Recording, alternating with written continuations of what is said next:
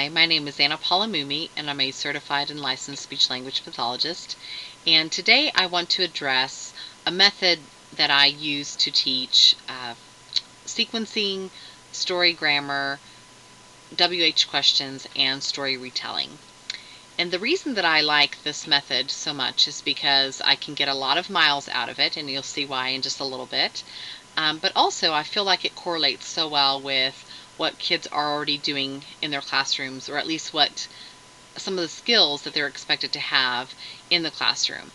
And so I'm, in essence, piggybacking on what's already happening in the classroom and giving students another tool or maybe a new strategy or way to think about how to obtain these skills. And so I begin with visual associations for parts of a story. So character, setting, problem, and solution. And through that, I can then touch on several other skills. So I begin with a red heart. And I'll ask them, what does a red heart make you think of? And, they might say a person, or the hearts, they beat, so we need them to live, or, there could be multiple kinds of answers. But I basically, bring them back to, that people and animals have hearts. And so the correlation I want them to make is that people and animals are normally characters in a story. So the heart correlates with character. Then I introduce a yellow star and a brown triangle. And with the star, I'll say, what does it make you think of? And they might say stars come out at night, or time of day, nighttime. And so the correlation that we make is, of course, time. And with the triangle, they might think of, I'll say, again, the same thing. What does it make you think of? And they might say a mountain, or a pyramid, or a rooftop. There could be multiple things that they think of. And so then I'll say, well, what is a mountain? What kind of word is it? A mountain or a pyramid, and so on. And hopefully they'll say place, but if they don't, then I'll cue them to think of place. And so that's the correlation that we make. So time and place being the setting. Then we introduce the blue square with a question mark, and I'll say, what does the question mark make you think of? And they might say something that's puzzling, or they might say confusion, or whatever the case may be. And so I cue them to think, when you think of those things, something that's puzzling, think of what went wrong, or what happened that maybe was negative in some way, or it doesn't necessarily have to be negative, but just we're trying to think of a problem. So the association that they make is, with the question mark, is a problem. And then the last one is a circle, and I'll say, the circle comes last. And normally, if we have a problem, hopefully we have a solution. So we talk about solution being the end result, or the outcome to the problem. So once I introduce, all of the different components, I kind of do, different little drills, or, ways of just making sure that they're able to make those connections. So character, that they're able to, say setting, then problem, then solution. And once they have that down, I might have them put that information into a template form that I have where there's parts of a story, and it might look something like this. And I know you can't see it super well, but basically the template just shows the 4 different parts, and there's a word bank at the top just to help assist them, and they're just filling in, character, people, animals, setting, place and time, problem, and solution. From there, I go into the WH questions, and the when we reintroduce the heart, or talk about the heart again, we associate it with the who. So when we think of characters, we want to answer, who is the story about? And I probably should have a picture of an animal here, since I talk about people and animals, but instead I have an alien, but they get the idea. so who is the story about is the association there. With a star and time, of course, we want to answer when did the story happen. And we might talk about that it could be, something like just a time of day, or it could be a season, or it could be a specific month, or it could be, before a certain event or after a certain event or occurrence. And so it can be multiple things, and we kind of have that discussion. So time, when did the story take place? That's the question that we want to answer. For the triangle, when we talk about place, of course we want to answer where did the story happen. And again, we might have a discussion about how the location could be something broad, like a country, or it could be something more specific, like a house or a jungle, and so on. So where and when did the story happen? From there, we go into what. For problem, what was the problem, or what went wrong? What happened in the story would be a little bit more vague, but basically we're making that association for what was the problem or what went wrong. And then the last thing is, how was the problem solved? And if there wasn't necessarily a problem in the story, I might even say, just how did the story end, since the circle is what comes last. And so it could just be, if we're asking what happened as opposed to what was the problem, then the how would be, how did the story end, as opposed to how was the problem solved. So from there, I would have them complete the little template, right here, where they're filling in. Who is the story about, where and when did the story happen, what went wrong, or what was the problem, and then how was the problem solved in the end, or how did the story end.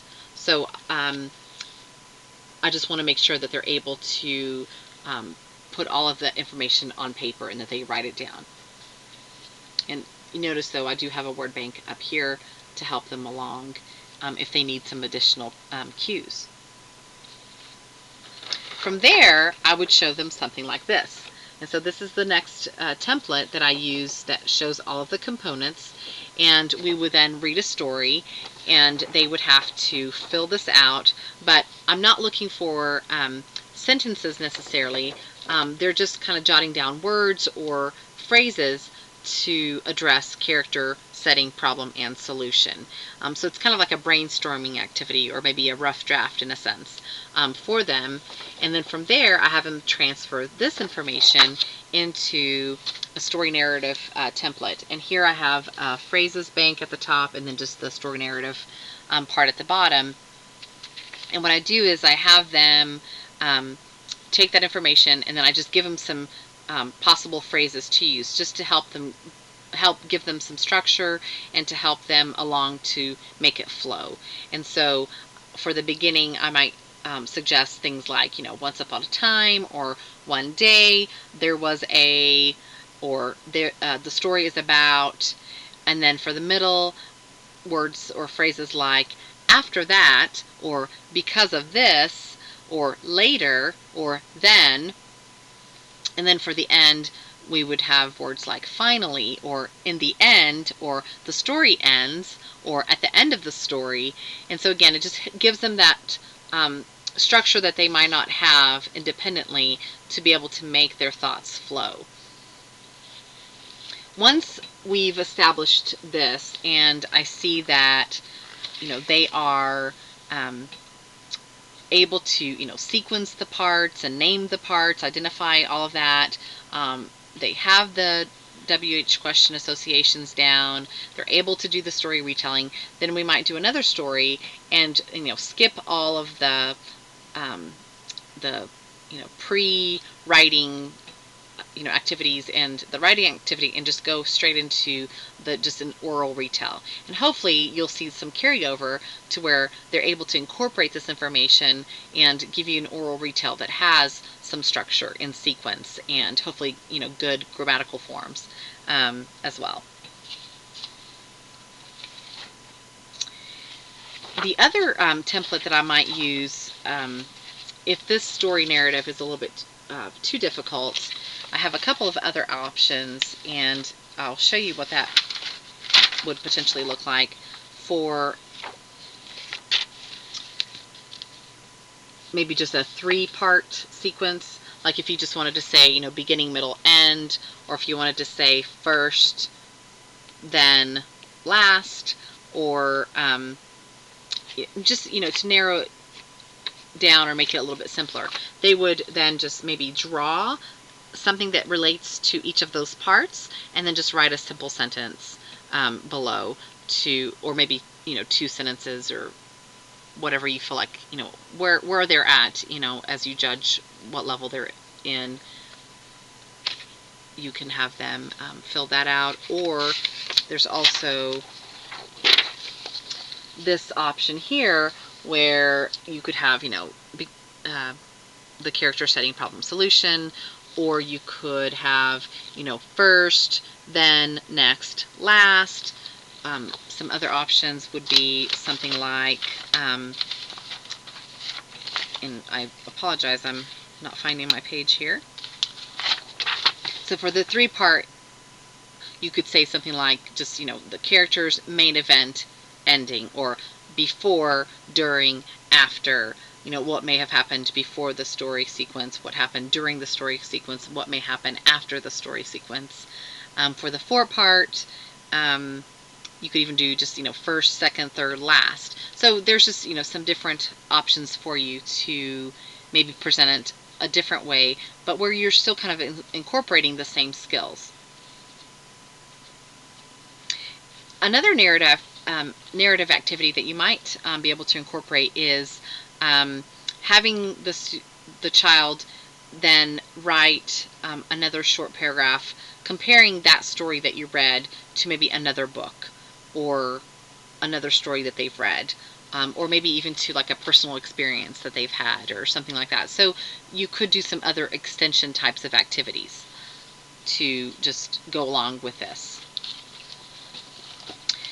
The last thing that I might use is, I have a little song that I developed, or that I came up with, and it's just a kind of a catchy little, it's a rap, but even if you can't rap, you could do it more as a rhythmic chant, and it just goes through the who, where, when, what, and how, and just summarizes everything that we've talked about. So it just allows you to kind of reinforce in a fun way what we have discussed, and making sure that that information is solid in their mind, and they've learned all the concepts. It's become just a part of their language, and kids love to compete, to see who's the best rapper. So it can just be a lot of fun. And this came out of a songbook that I co-wrote with a music therapist called Listen, Sing, Speak: Children's Songs for Speech, Language, and Hearing Goals.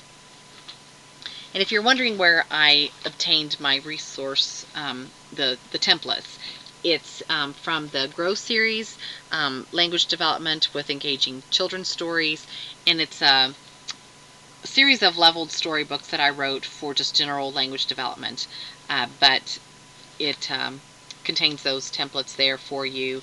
And some of the stories in this series are not necessarily ones that would lend themselves to the 4 parts, but you can use any story as long as you're able to pick out some clear characters in a setting and a problem and a solution, or at least what happened and how did it end.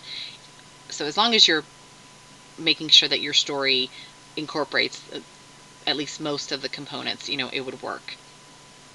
And so I hope that this has been helpful, and that you see how this is a strategy that can be very effective to just walk kids through that sequencing component and the WH questions. And I would much rather work at, for example, WH questions in this manner, where there's a functional context. Storybooks are great because they lend themselves to realistic situations, but also it's meaningful. It's not just me picking some random flashcards with WH questions on them. I'm actually, tying it to something, that we've read about.